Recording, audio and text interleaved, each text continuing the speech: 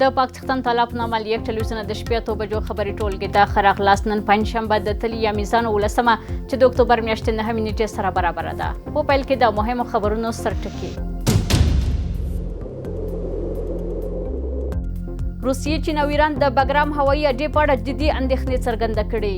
د ایران د اساسو جرګې یو غړی وایي چې یاد شوي هیوادونه په بګرام کې د امریکایي ځواکونو د شتون سره مخالف دي ځکه چې دوی د افغانستان له خاورې د امریکا لخوا د برید ویره لري.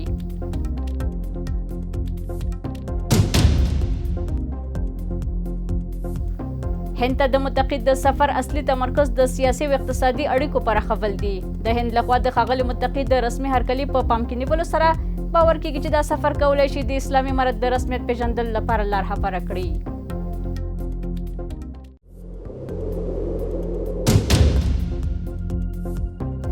او په افغانستان کې د اقلیم د بدلون د اغیزو په اړه اندېښنې.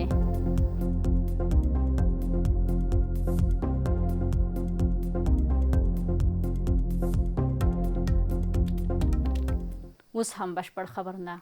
روسیه او چین د بګرام په هوایي اډه کې د امریکایي ځواکونو شتون سره مخالف دي ځکه چې د دوی ګټې له لاسه ورکوي او د امریکا له خوا د افغانستان پر خاوره د برید امکان لري او په بګرام کې د واشنگټن پوځي شتون به د افغانانو له سخت مقاومت سره مخ شي. د ایران د اساسو جرګې غړی ابوالفضل زهروان دا څرګندونې په داسې حال کې کړې چې د زابل ولایت د امنیه قومندان مولوي عبدالحلیم حلیمي ویل چې افغانانو امریکا د تورې په زور وشړله او هغه پوځ ته به اجازه ورنه کړي چې بیرته هیواد ته راستنه شي.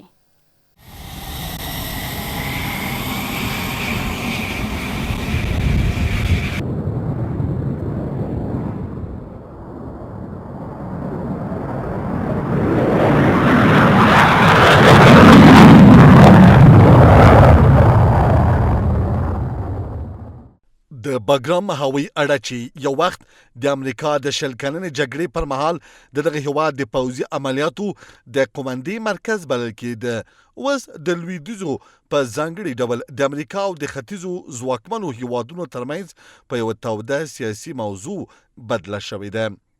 د ایران، روسیې او چین چارواکو د ډونالډ ټرمپ د هغو څرګندونو په اړه چې امریکا بګرام ته د بیرته ستنېدو په اړه یې کړي سخت غبرګون ښودلی دی. په تازه پیښه کې د ایران د اساسو جرګې غړي ابوالفضل زهرنده ویلي روسیه او چین د خپلو ګټو د لاسه ورکولو او د دې احتمال له امله چې امریکا به له افغانستانه پر دوی بریدونه وکړي د امریکایي ځواکونو د حضور مخالف دي. نوموړي زیاته کړه چې د واشنګټن د پوځي حضور هڅې به په بګرام کې د افغانانو له سخت مقاومت سره مخ شي. اگر بگرام رو بخواین فعال کنن یعنی چی؟ یعنی یک جاده، یک کمربند چین رو میدن رو هوا. پیمان شانگهای که یه پیمان امنیتی و بعد اقتصادی است، اینجا رو باید به هم بریزن، معادلات رو در تاجیکستان به هم بریزن که پایگاه‌های در واقع روسیه در جنوب تاجیکستان امنیت تاجیکستان رو داره تامین میکنه هنوز. و از اون طرف روسا هم مخالفن. دا په داسې حال کې چې د زابل امنیه قومندان مولوي عبدالحلیم حلیمي وایي امریکا په افغانستان کې ماته شوې ده او د بیا راتګ خوبونه دې نه ویني. نوموړي زیاته کړې دوی امریکا له هېواده په سوله ییزه بڼه نه بلکې د ټوپک او تورې په زور ویستلی ده. پرونی خلک چې دغه ځنه موږ ایستلی دي په سوالو ځای نه دي ایستلی، په دې باندې د ټوله دنیا پوه شي. جرګې مو نه دي ولېږلي، د سپینګیرو په منځګړیتوب مو نه دي ایستلي، د خدای تعالی په نصرت او د تورې په زور مې ایستلي. موږ دوی ته وایو چې تاسې دا خوبونه مه وینئ چې بیا به یو ځل بیا د افغانستان دغه اولس چې د امن په فضا کې ژوند زندګي تېروي هغه به تاسو تسلیم شي. خو د بګرام هوایي اډې ترلاسه کولو لپاره د امریکې ولسمشر څرګندونو په اړه د غبرګونونو په اوج کې په رښتیا سره کوم شی په دې برخه کې د روسیې، چین او ایران د اندېښنې لامل شوی؟ به خاطر از اینکه این دو قدرت بزرگ جهانی هم منافع خود در شرایط فعلی و بدون حضور نظامیان امریکایی از افغانستان و از طریق افغانستان به سایر کشورها همچنان به دست می‌آورند. اینا حراس دارند و با اینکه با حضور دوباره نظامی ایالات متحده آمریکا در افغانستان جنگ‌ها شدت بگیرد. د بګرام هوایي اډه په 1950 زیږدیز کال کې د پخواني شوروي اتحاد لخوا جوړه شوې وه او د امریکا د حضور پر مهال په افغانستان کې د اډه د امریکا د پوځي عملیاتو مرکزي اډې په توګه وپېژندل شوه. امریکا له 20 کلنې جګړې وروسته له دې اډې څخه ووتله.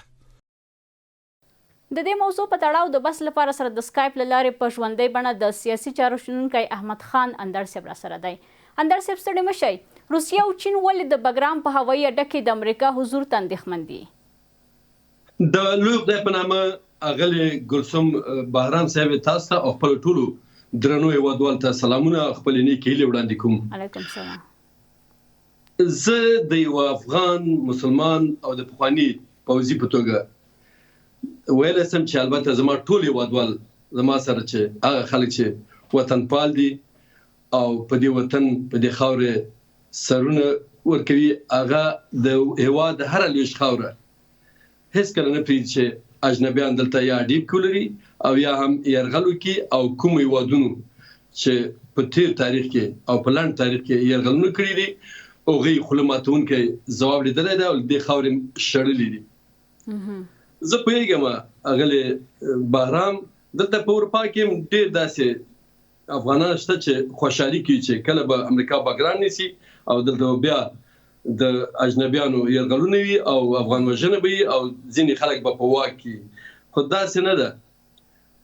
موږ د ښاغلي ټرمپ څرګندونې اورېدلې دي. دا یو خوب ده که چیرې دوی واقعا غواړي چې د افغانستان سره خپلې ډیپلوماټیکې اړیکې سمې کړي. د 20 کلو د دوی یرغل چې نږدې 1 میلیون افغانان شهیدان کړي دي او زموږ هیواد وران کړی ده، زموږ خلک ډېر بد حالت کې پرېښي دي. دوی به اول غرامت راکړي، زموږ سره خپلې اړیکې سمې کړي، موږ یو متوازن سیاست په مخ بیایو. زموږ لپاره ټول زبرځواکونه د سیمې او د نړۍ هیوادونه یو شانته دي. موږ دا 50 کاله د جګړو ښکار شوي، نور غواړو چې آرام ژوند وکړو. بګرام د افغانستان یو ستراتیژیکه نقطه ده. افغانستان ټول جیوپولیټیک او ستراتیژیک موقعیت کې پروت ده. بګرام د افغانانو لپاره د زړې ټوټې حیثیت لري. دا موږ نشو ویلی چې یوازې چین، روسیه یا ایران یا نور هیوادونه به د امریکا دغه غوښتنې سره مخالفت کوي. هر افغان چې ځان ته د دې وطن بچی وایي مخالف ده او هیڅکله به پرېنږدي چې اجنبیان بیا دلته زموږ په سر باندې لوبې وکړي. د ټرمپ څرګندونې زه فکر کوم چې ډېرې تکتیکي برخې لري او دغه هیوادونه چې لکه چین او روسیه اوس چې وایي چې موږ مخالفت کوو، دوی هم دوه مخې لوبې کوي. په حقیقت کې قصداً هم غواړي چې دا خبره ډېر راوتوشوي او امریکا بیا راشي. دوی د امریکا پښه بیا افغانستان ته راولي. دوی زموږ له غمه نه دي مړه. موږ د دوی غبرګونونو ته اهمیت نه ورکوو. زموږ لپاره په خپله دا ډېره مهمه ده چې موږ اجنبیان نه غواړي. دوی زموږ د هیواد او د هیواد د اوسني وضعیت په سر باندې خپل نړیوال رقابتونه مخکې نه وړي. اندړ صاحب، د بګرام هوایي اډې د بیا فعالېدو امکان د سیمې پر امنیت به څه اغېز وکړي؟ زه مخالف یم. بګرام باید د افغانستان د اوسني حکومت او د افغانستان د خلکو لپاره فعال سي. له دې نه باید موږ ښه ګټه واخلو او که چیرې داسې یو هیواد په راتلونکي پیدا کېږي زموږ سره ډیپلوماټیکې اړیکې، استخباراتي اړیکې سموي، هغه په دې شرط چې زموږ د هیواد په بیا رغونه کې همداسې په خپل فابریک راولي او خپل دلته هغه د بیا رغونې مرستې له موږ سره وکړي. موږ کولی شو چې دوی ته یو ډیپلوماټیکې برخه کې ځایونه ورکړو او دوی خپل هغه کومه ډیپلوماسي چې ده په مخې بوځي. خو داسې نشي کېدای چې دلته به نظامي پایګاه وي او دغه هوایي ډګر به دوی د خپلو مقاصدو لپاره استعمالوي. دا خو د افغانستان لپاره او د افغانستان خلکو لپاره د منلو وړ نه ده، ځکه دا په خپله اشغال ده. که دوی یوه پایګاهي او که ټول افغانستان کې پایګاهي ولري، دا د اشغال معنا لري چې افغانان د اشغال سره کلک مخالفت کوي. او ستاسو په د خبرو په سریزه کې ما واورېدل چې د زابل ولایت قومندان هم خپل مخالفت ښودلی ده. زما په هر افغان د زابل ولایت د قومندان په فکر کې ده او همداسې سوچ کوي چې موږ اجنبیان شړلي دي، موږ قرباني ورکړي دي او بیا نه پرېږدي چې دلته بهرانیان زموږ هیواد ته راشي. او که راځي هم هغه په نورو برخو کې مهرباني راځي چې دلته زموږ سره همکاري وکړي، خپلې قونسلګرۍ خپل سفارتونه دې بیا خلاص. اندر صاحب د وروستۍ پوښتنې په توګه آیا په نږدې راتلونکي کې به د سفارتونو تر کچې د افغانستان او امریکا ترمنځ اړیکې ورغوي؟ زما پان دا نه یوازې چې د افغانانو په ګټه د افغانستان په ګټه ده، د امریکا او د سیمې د نړۍ په ګټه ده، ځکه موږ د امریکا سره 20 کاله جګړه کړې ده او د ستونزې چې اوس کومې پیښې دي موږ په تحریمونو کې زموږ سره نړیوال دوه مخې لوبې کوي. دا ټول د امریکا هغه اغیز ده چې په دې ځینو هیوادونو باندې ده. کله چې په روسیې اغیز نه درلود څنګه موږ روسیې په رسمیت وپېژنلو، خپل سفارت خلاص کړ. نو امریکا یې مهرباني وکړي خپل سفارت خلاص کړي. دوی لکه څنګه چې په جاپان باندې اتم بم وکړو، اوس ډېر ښه ستراتیژیک ملګري دي، دوستي سره کوي، اقتصادي اړیکې سره لري. موږ هم له دوی سره داسې اړیکې غواړو، خو د زور ویل، د زور خبرې دوی باید پوه شي چې دوی حکومتونکو ځواب لیدلی ده، بیا د زموږ سره زور ازمایي نه کوي. او اوس موږ په داسې حالت کې لکه پخوا هم چې کله چې دلته روسانو یرغل کړی، امریکایانو نورو غربي هیوادو مرستې کولې، او که چیرې دوی په زور سره داسې یو فکر لري او راځي، زه باور لرم چې افغانان په څنګ کې نور زبرځواکونه لکه چین، روسیه، هند، ایران دوی هم کولی شي موږ سره مرستې وکړي. دا په دې معنی چې امریکا غواړي په سولیزه توګه د افغانانو سره مخکې رانشي او غرامت ونه کړي، بلکې د زور په لارې. او دا په دې معنی چې دوی په سیمه کې بیا جګړه غواړي او نړیوال به هیڅکله دې ته حاضر نشي. د خپل د ټرمپ په هغه وینا چې په خپل تعریف کې وکړله، دی غواړي چې د سولې سمبول شي او جګړې ختمې کړي. دغه کړنې معنا دی چې جګړې منځته راولي. نو افغانان هم له جګړو ستړي دي، نړیوال هم باید پوه شي چې داسې نشي کېدای چې زموږ ګران هیواد تل د دوی د نیابتي جګړو ډګر وي. ډېره مننه اندر صاحب ستاسو له معلومات څخه. کور ودان اغلې ګلسم بهرام صاحب. اوس هم راځو د خبرونو دوام ته. د سیاسي اقتصادي اړیکو پراختیا او سیمهییزې همکارۍ هغه مهم موضوعات دي چې د افغانستان د بهرنیو چارو وزیر امیر خان متقي به یې هند ته د خپل څو ورځني سفر په لړ کې له هندي چارواکو سره پرې خبرې وکړي. د بهرنیو چارو وزارت د عامه اړیکو مشر ضیا احمد تکل ویل چې ښاغلی متقي تېره ورځ هند ته لاړ او ټاکل شوې ده چې د هند د بهرنیو چارو له وزیر سره پورته ذکر شویو مسلو په اړه خبرې اترې وکړي. دا سنګرل کېږي چې د هند لخوا د ښاغلي متقي د رسمي هرکلي په پام کې نیولو سره باور کېږي چې دا سفر کولی شي د اسلامي امارت د رسمیت پیژندلو لپاره لار هواره کړي. د سیمې او نړۍ له هیوادونو سره د اسلامي امارت پراخو اړیکو نوې پاڼه. د بهرنیو چارو وزارت د عامه اړیکو رئیس ضیا احمد تکل اعلان کړی چې د اسلامي امارت د بهرنیو چارو وزیر مولوي امیر خان متقي د هند د بهرنیو چارو د وزیر په رسمي بلنه تېره ورځ نوي ډیلي ته سفر کړی دی.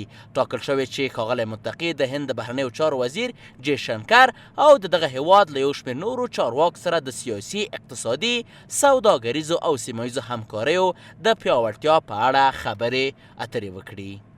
د هیواد د بهرنیو چارو وزیر مسکو کې تر رسمي ناستو او غونډو وروسته نن د هندوستان هیواد په رسمي بلنه نیوي ډهلي ته په سفر روان سو. ټاکل شوې ده چې د هیواد د بهرنیو چارو وزیر محترم مولوي امیر خان متقي صاحب د خپل هندي سیال او ګڼو نورو هندي چارواکو سره پر سیاسي، اقتصادي، تجارتي د سیمې او افغانستان ترمنځ د اړیکو پر پراختیا باندې مهم بحثونه ولري. په ورته وخت کې له دې سفر سره هممهاله د هند د بهرنیو چارو وزارت ویان په خپل ایکس پاڼه کې لیکلي چې هند له امیر خان متقي څخه رسمي هرکلی ترسره کړی دی. په نوي ډیلي کې د افغانستان د بهرنیو چارو وزیر مولوي امیر خان متقي له راتګ سره تود هرکلی وشو. موږ د ده له حضور خوښ یو او د دواړو هیوادونو د اړیکو او سیمه ییزو مسایلو په اړه د رغندو خبرو اترو تمه لرو. په نوي ډیلي کې د افغانستان د بهرنیو چارو وزیر مولوي امیر خان متقي له راتګ سره تود هرکلی وشو. موږ د ده له حضور خوښ یو او د دواړو هیوادونو د اړیکو او سیمه ییزو مسایلو په اړه د رغنده خبرو تمه لرو.